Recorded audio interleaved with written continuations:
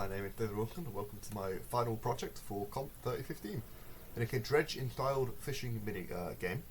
And the way to win it, you level up the fishing rod so you can find a key, and then you get the key and you go to the final island and it will show you that you've won. So we'll quickly go over the code and then we'll go over the game. But first of all, we'll go into main. Main is very big. If I had more time, I'd have split it up. I had the habit where I let it get away from me. I did try to split up a little bit towards the end. I did create different functions, like a render function and such, a render file. You can see the Solution Explorer here. But sadly, I wasn't able to get it trimmed as much as I'd like. A lot of the lines are comment, a lot of the lines are lots of rendering, but sadly I wasn't able to split it. So we start, it's all loading at the start, it's just basically general stuff. The structure of the fish, it's the kind of rarity of fishing and the value of it and such. The different zones for fishing, and then it starts creating things like the boat, and then it starts making the water, it starts telling you where they're going, so little things like that.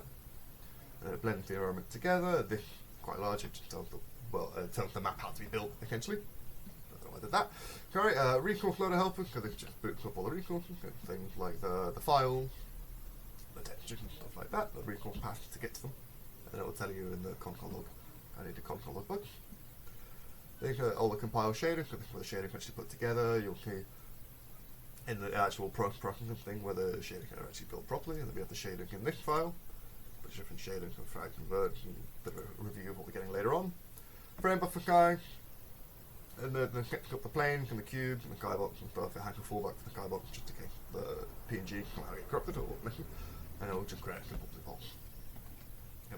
The object model loader can be how the boat, the sword, and the tree are loaded in. The boat's new, the sword was from COMP3015 quick extension, and then the tree was used for a different project that I brought over. The boat was made using a tutorial I found on YouTube. Very nice tutorial, very lovely guy. This just more the material stuff, or the mending. And this creates the geo texture. And further down, it's just more wrapper, it's like a lot of things. On the main file, I really would have liked to get into a little more. Now they can register the fish journal, so they can journal to tell you which fish you've caught, and they can just update that journal. More journal stuff. Create wood texture, because go back with wood texture, because wood PNG fails. Came with the rock and crack texture, but hopefully the mains don't fail. But it's good to have a backup just in case.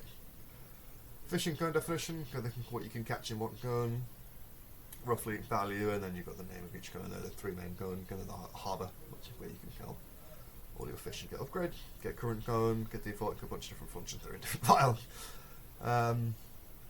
Get water cone, yeah, more is more. This is the cone function, so the cone that kind of a way to show off the shadows, which I'm quite proud of.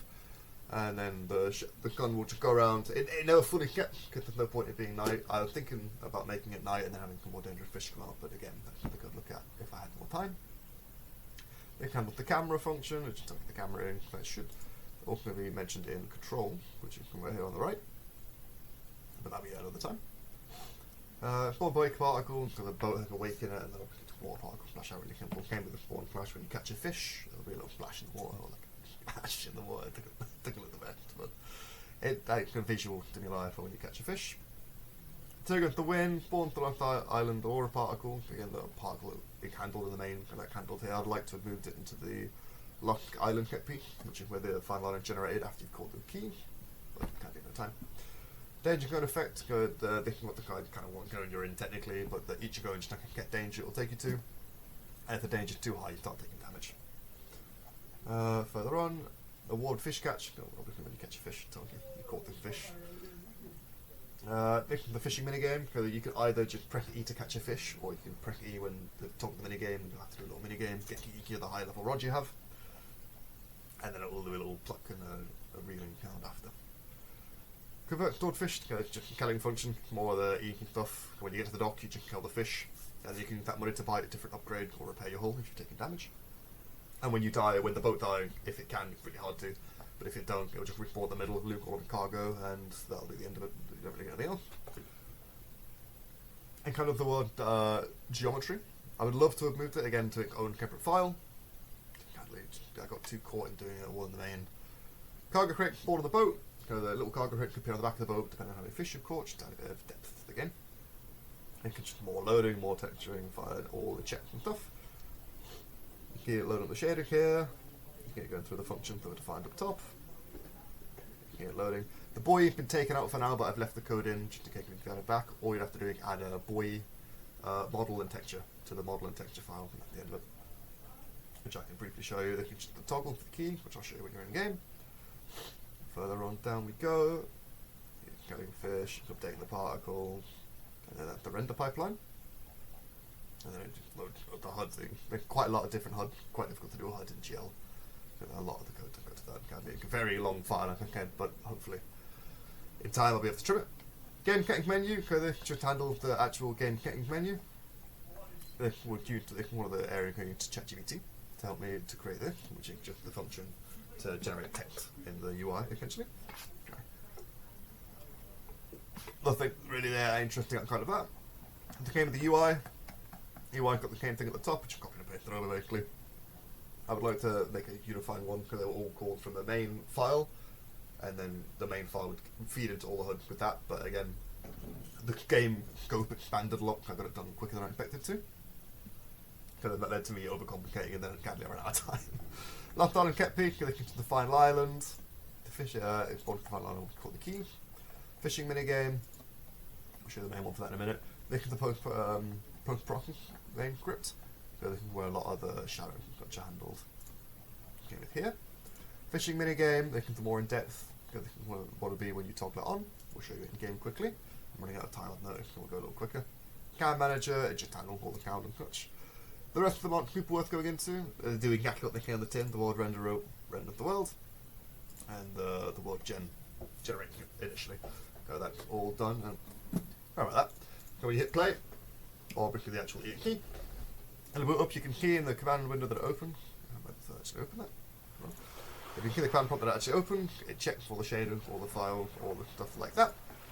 And it loads more, and you can key the fallback actually working live with like the board objects being in the wrong folder, and then the texture being in the different area and fine. But then it eventually sees the procedural one anyway. So we'll put enter on that, then we'll go in the main game. You can key it in game now. We'll show you the different settings. You've got O, the actual settings, you change the brightness, you change the volume, whatever you need to change really. P is your help menu, so it shows you all the actual commands. Very important menu. J will show you in a little bit what's called fish. So you move with WAGD, you can press key to change the camera type, but usually I just have on the normal boat version. You go up to the boat, press the fish, it will show up on the right, and then you take it back to the main island. You can kill it. Obviously each island has different types of fish, and the main point of the game is trying to get up to a high enough water level that you can fish up the key and escape on the final island that will appear. Each island has a unique identifier. We'll show them as we go around later in a second, but that one's got the yellow, the other one's got green, and the dangerous one got purple. You can see in the background the shading are working, but I'll show them off quickly mainly. F5 is the line drawer. I quite like that one, it looks pretty cool.